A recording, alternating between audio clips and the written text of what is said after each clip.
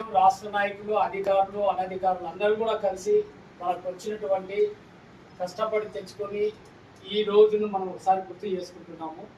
ఈరోజు ఇక్కడ కలవడం కారణము రియల్ బుక్ అనే ఒక సంస్థ గుంటూరులో ఉంటుంది. ఇది ఈ గుంటూరు నుంచి అందులో అక్కడ ఉన్నటువంటి కొంతమంది అనుభవజ్ఞులు మరియు ఎన్ఆర్ఐలు కూడా చాలామంది అందులో ముఖ్య పాత్ర పోషిస్తూ స్టేట్ వైడ్గా 2 రాష్ట్రాల్లో మరియు నేషనల్ వైడ్గా కూడా దీన్ని ముందుకు తీసుకెళ్తున్నారు.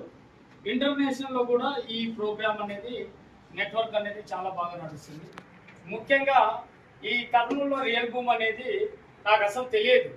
మొట్టమొదటగా అనిల్ అనే వ్యక్తి నాకు ఎప్పుడు నేను ఫోన్ చేసుకుని మాట్లాడుకునేవాళ్ళం, ఈ సబ్జెక్టు ఆ సబ్జెక్టు. ఎప్పుడు ఏదో చెప్తుంటాను, సార్ 2 నిమిషాలు మాట్లాడతాను సార్, సార్ వినండి సార్ అంటే 2 నిమిషాలు పోయి 20 నిమిషాలు మాట్లాడినాం.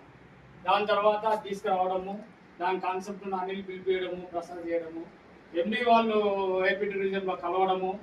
అందులో ముఖ్యంగా ఆ టీం అనేది ఎండి ఎవరైతే వచ్చారో గుంటూరు ప్రతినిధులు, దాంట్లో వన్ ఆఫ్ ద కీలకమైన వ్యక్తి కంబై చౌదరి నాకు వెరీ బెస్ట్ ఫ్రెండ్.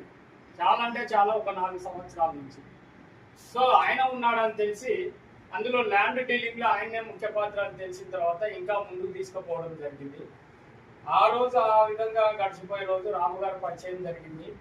మా ఆఫీస్ ఇక్కడ ఉండడము, వాళ్ళ రిచ్ దాకా ఇక్కడ ఉండడము, వాళ్ళ స్టాఫ్తో మేము కొలాబరేట్ చేసుకోవడము, తర్వాత వాళ్ళ స్టాఫ్ మా దగ్గర కూడా ఉంటూ ఈ రియల్ భూమ్ అనే పెంచడమే కాకుండా దీని నుంచి రిచ్ దాగాలో కూడా కొన్ని వాళ్ళ తరఫున ఉన్నటువంటి గార్మెంట్స్ ఏవైతే ఉన్నాయో, షర్ట్లు, ప్యాంట్లు, ఆడవాళ్ళకి సంబంధించినవి కూడా అన్నీ కూడా వాళ్ళు చేస్తున్నారు.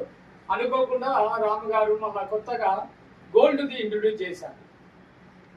ఆయన నేటివ్ వచ్చేసి పత్తికోట జెండగిరి సార్ది. సారు మొదటి నుంచి కూడా ఎర్రగడ్డలో వాళ్ళది గోల్డ్ మ్యానుఫ్యాక్చరింగ్ యూనిట్ అనేది తనే చేస్తున్నాడు. అది కూడా లీగల్గా రిజర్వ్ బ్యాంక్ యొక్క ఆధీనంలో